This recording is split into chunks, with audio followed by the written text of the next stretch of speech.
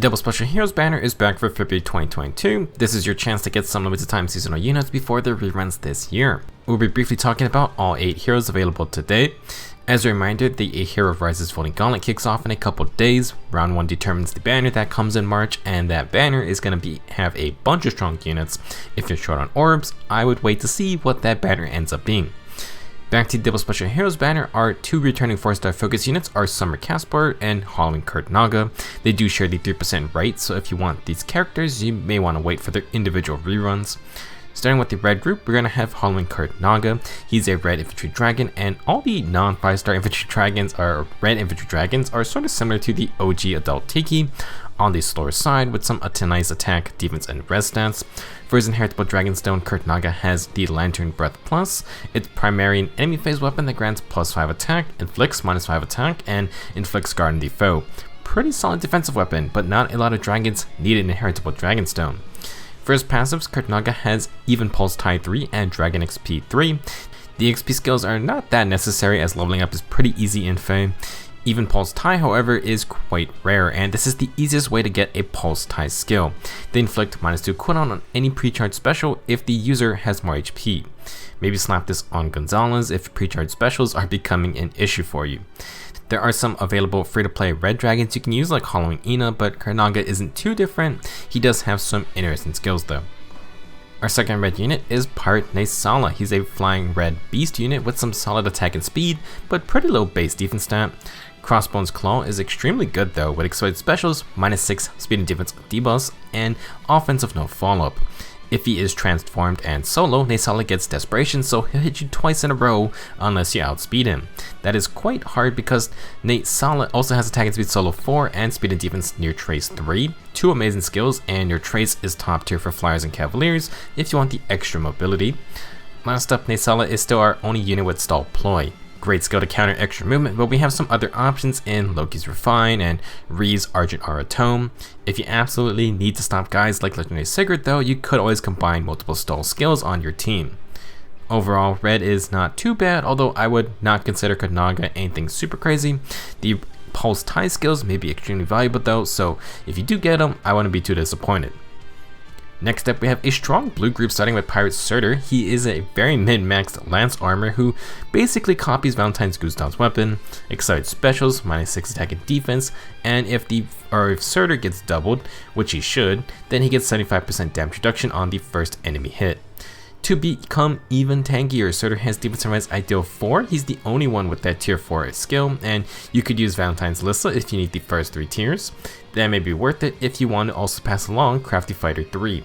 You get guard and quicker posts, can't get much better than that. 2 fun passes for your army units. Last, Surter's Portent is an upgrade to OG Surter's Menace. It actually is just an Omni Menace C skill and -5 debuffs on the closest foe within 4 spaces, and if it procs, Surter also is going to get +5 to all stats himself. A little less threatening without Sinmara, but still not a bad skill to annoy enemies with. If you want, Pirate Surter will be just fine with a save C skill. Again, he is basically just Lance Gustav. Joining Surter will be dual Halloween Sothis and Male Violet. They are a flying blue dragon with lots of speed and sacrifice some attack for pretty solid defense and res. Eerie Scripture provides distant counter excited specials and +5 to all stats. As usual, Sothis nullifies dragon effectiveness, and she keeps her serious special, which deals damage based on 30% of her speed stat, and it heals a bit too. Their dual skill grants the no follow-up status and times pulse for nearby allies. For passives, Sothis has attack and speed solo 4 and attack and speed range 3. Both of those are great skills to inherit for a lot of units. Dual Sothis and Bonnet are still the only unit with Dragon Wrath 3. I'm not sure how good this beast skill is still. It is incredibly rare to begin with and only works on the enemy phase. It grants 20% damage reduction for 1 hit and grants bonus damage equal to the unit's attack minus the foe's res. If you're familiar with Nifo and Muspel, it combines both of their support skills into one, but with weaker effects. I mentioned this skill for Ascended Idun if you want a one-shot build. She can counter with Bonfire using Steady Breath, and Dragon's Wrath would just give a little bit of extra damage. A little bit of damage reduction doesn't hurt either. Really unsure how valuable Dragon's Wrath actually is, but who knows when we'll see it on the dragon unit again. Regardless, the blue group is very good, 2 fun units, and a lot of good skills. Next up is the green group, starting with Summer Caspar. Unless you just want Caspar because it's Caspar, the recent Gonzalez is a very similar axe infantry unit. Gonzalez has 1 less speed and 2 less res, but higher attack, HP, and defense. Now for his inherent weapon, Caspar has the Victor Fish Plus. It grants +5 defense, inflicts -5 defense on the foe, and it steals the foe's defense field boss. It's an okay weapon, but there are many other inheritable axes to use.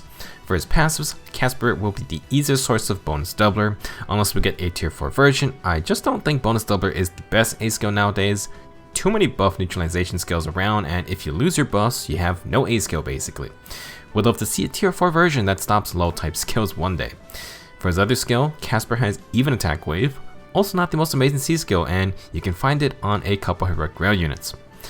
Our second green unit is Halloween Rhea. She's a green infantry dragon who coincidentally is basically just a better version of Saros. Witch Breath grants an Omnibreaker effect, +6 attack, inflicts -6 attack on the foe if the enemy has more than 50% HP. Basically, compared to Saros, Rhea can get a free follow-up and prevent a follow-up on either phase. With her min-max stats, that is very dangerous if you do not counter her follow-up skills. Now for passives, Rhea has Attack and Res Unity. You could use Cath for Attack and Res Bond 3 fodder if you also want to pass along Dragon Wall 3. Dragon Wall has been quite a solid B skill for high res dragons. Maybe slap it on Ascended Idun.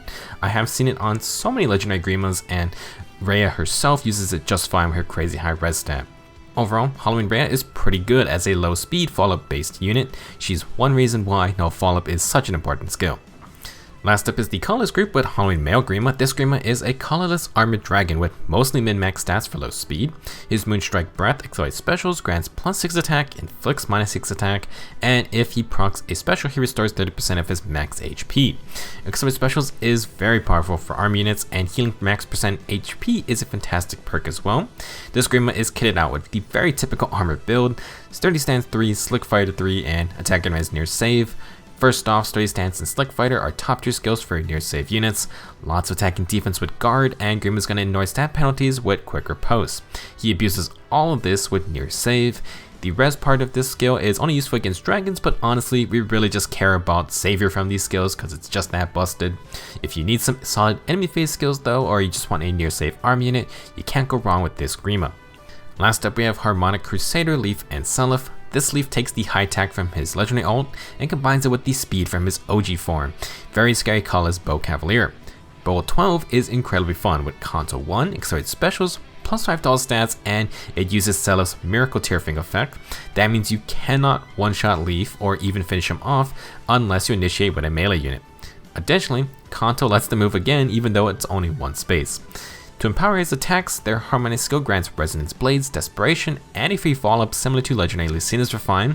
That is a stupidly good Harmonic skill, and Leif passes it on to allies from these same games.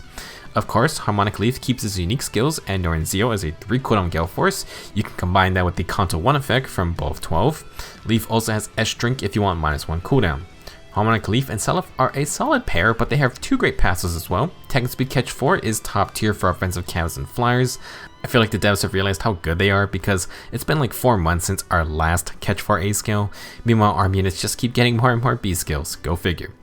Along with Attack and Speed Catch 4, they have Pulse Smoke to mess with special cooldown. No matter who you get, the colorless group is an extremely tempting offer.